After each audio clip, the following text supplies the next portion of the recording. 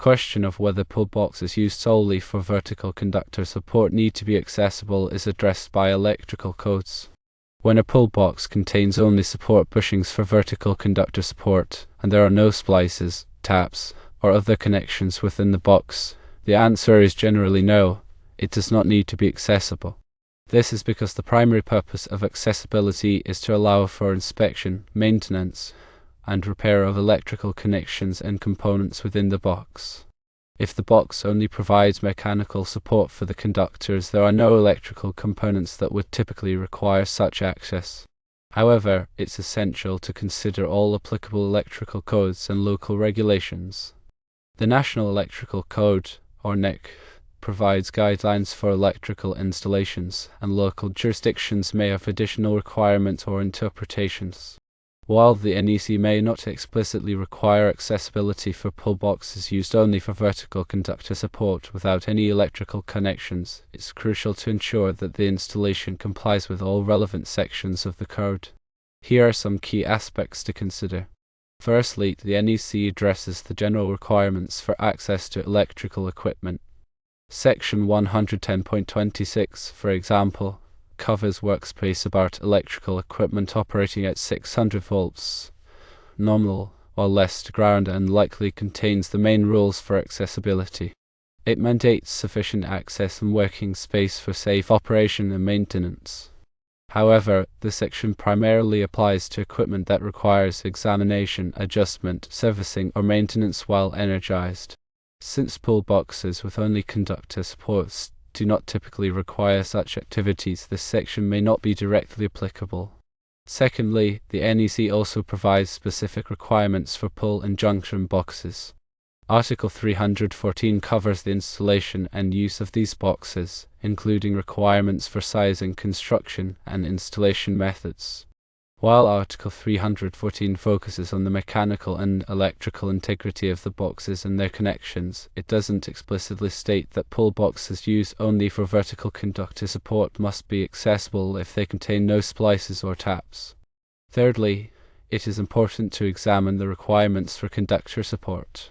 The NEC addresses the support of conductors in vertical raceways to prevent excessive strain on the conductors and termination points. When conductors are run vertically, their weight can create significant stress on the conductors and the connections at the bottom of the run. To mitigate this, the NEC requires that conductors be supported at specific intervals. These supports can be provided by various means, including support bushings, clamping devices, or other approved methods. The pull box, in this case, serves as a convenient location to install these support devices. Fourthly, consideration of local amendments is essential. Local jurisdictions often adopt and amend the NEC to address specific local conditions or concerns. These local amendments can add, delete, or modify requirements in the NEC, so it's important to consult the local electrical code to determine if there are any specific accessibility requirements for pull boxes used only for vertical conductor support. To ensure compliance with all applicable requirements, it's recommended to consult with a qualified electrical inspector or engineer. They can provide guidance on the specific requirements in the local jurisdiction and ensure that the installation meets all applicable codes and standards. In summary, while the NEC may not explicitly require accessibility for pull boxes used solely for vertical conductor support without splices or taps, it's crucial to consider all relevant sections of the code, local amendments, and consult with qualified professionals to ensure compliance with all applicable requirements. Remember that electrical codes are designed to ensure the safety of electrical installations and protect people and property from electrical hazards. Adhering to these codes is essential for all electrical work. Furthermore, understanding the intent and specific requirements of the NEC is crucial for electrical professionals and anyone involved in electrical installations. The NEC is updated every 3 years, so it's important to stay current with the latest edition and any local amendments. This helps ensure that electrical work is performed safely and in compliance with the latest industry standards.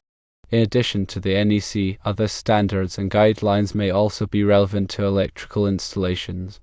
For example, the National Electrical Manufacturers Association, ONEMA publishes standards for electrical enclosures and other electrical equipment. These standards can provide valuable information on the construction, performance, and testing of electrical equipment. Additionally, Underwriters Laboratories, or ALT, provides testing and certification services for electrical products. UL-listed products have been tested and found to meet specific safety requirements. Using UL-listed products can help ensure the safety and reliability of electrical installations. When working on electrical installations, it's important to follow safe work practices. This includes de-energizing circuits before working on them, using appropriate personal protective equipment, or PPE, such as gloves and safety glasses, and following lockout tagout procedures to prevent accidental energization of circuits. Electrical work can be hazardous, and it's important to take all necessary precautions to protect yourself and others from electrical shock and other hazards. Continuing education and training are essential for electrical professionals to stay up to date on the latest codes, standards, and technologies. There are many opportunities for electrical professionals to enhance their knowledge and skills, including courses offered by trade schools, community colleges, and professional organizations. Investing in continuing education can help electrical professionals provide high-quality, safe, and reliable electrical services. The principles of electrical safety are fundamental to the design, installation, and maintenance of electrical systems. Understanding these principles is essential for preventing electrical accidents and ensuring the safety of people and property. Electrical safety involves a combination of engineering controls, administrative controls, and safe work practices. Engineering controls include designing electrical systems to minimize hazards, such as using ground fault circuit interrupters, or GFCIs, in wet locations. Administrative controls include developing and implementing safety policies and procedures. Safe work practices include following lockout-tagout procedures, using appropriate PPE, and de-energizing circuits before working on them. Electrical hazards can include electrical shock, arc flash, and arc blast. Electrical shock occurs when a person comes into contact with an energized conductor and a path to ground. Arc flash is a dangerous electrical explosion that can occur when there is a fault in an electrical system. Arc blast is the pressure wave created by an arc flash, which can cause serious injuries. Proper grounding is essential for electrical safety. Grounding provides a low resistance path for fault current to flow back to the source, which helps to trip circuit breakers or fuses and energize the circuit. Grounding also helps to prevent voltage buildup on metal surfaces, which can reduce the risk of electrical shock. Overcurrent protection devices, such as circuit breakers and fuses, are designed to protect electrical circuits from overloads and short circuits. These devices interrupt the flow of current when it exceeds a safe level, which helps to prevent damage to equipment and reduce the risk of fire. Regular inspection and maintenance of electrical systems are essential for ensuring the safety and reliability. Inspections can identify potential hazards, such as damaged wiring or loose connections. Maintenance can include tightening connections, replacing worn components, and testing safety devices. A well-maintained electrical system is less likely to experience failures or cause accidents. In addition to the technical aspects of electrical installations, it's also important to consider the human factors. Human error is a common cause of electrical accidents. Factors such as fatigue, stress, and lack of training can increase the risk of human error. Creating a positive safety culture can help to reduce the risk of human error. A positive safety culture is one in which safety is valued and prioritized by everyone in the organization.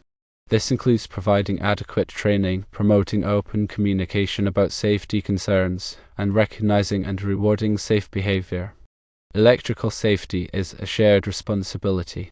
Everyone who works with or around electrical equipment has a role to play in preventing electrical accidents. By understanding the hazards, following safe work practices, and promoting a positive safety culture, we can help to ensure that electrical installations are safe and reliable. Remember to always consult with qualified professionals and follow all applicable codes and standards when working on electrical installations. This will help to protect yourself, your colleagues, and the public from electrical hazards. And lastly, always remember that electricity is powerful and potentially dangerous.